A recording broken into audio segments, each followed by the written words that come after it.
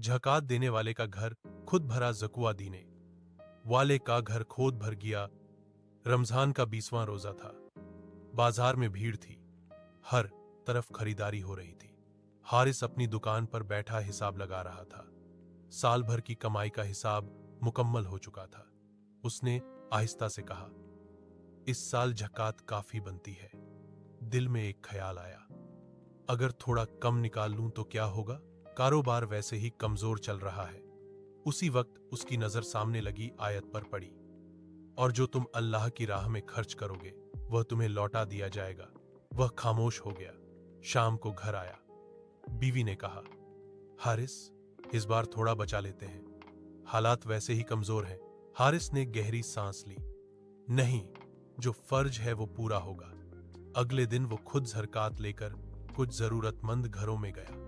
एक घर में बूढ़ी मां बैठी थी। घर में खाली बर्तन पड़े थे। हारिस ने लिफाफा उनके हाथ में दिया।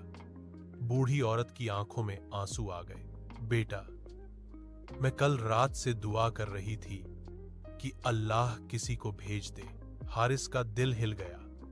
वह खामोशी से वापस आ गया। दिल में सुकून था, मगर कारोबार की फिक्र भी थी। 2 दिन बाद अचानक उसकी दुकान पर एक नया ग्राहक आया।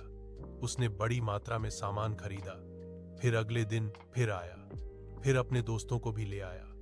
एक हफ्ते में इतना काम हो गया जितना पिछले 2 महीनों में नहीं हुआ था। हारिस हैरान था। इसी दौरान एक पुराना कर्ज जो वह भूल चुका था, अचानक वापस मिल गया। घर में बरकत महसूस होने लगी। राशन जल्दी खत्म नहीं होता था। दिल में इत्मीनान था। एक रात इफ्तार के बाद हारिस सजदे में रो रहा था।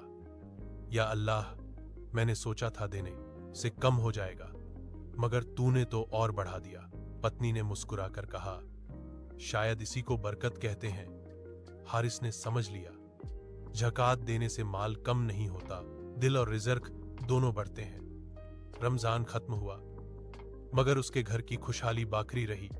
वह हर साल कहता था, जो अल्लाह के लिए निकालोगे वह तुम्हारे लिए खजाना बन जाएगा। सबक, झकात और सदका माल कम नहीं करते, बल्कि बरकत बढ़ाते हैं। रिज़्क का मालिक अल्लाह है।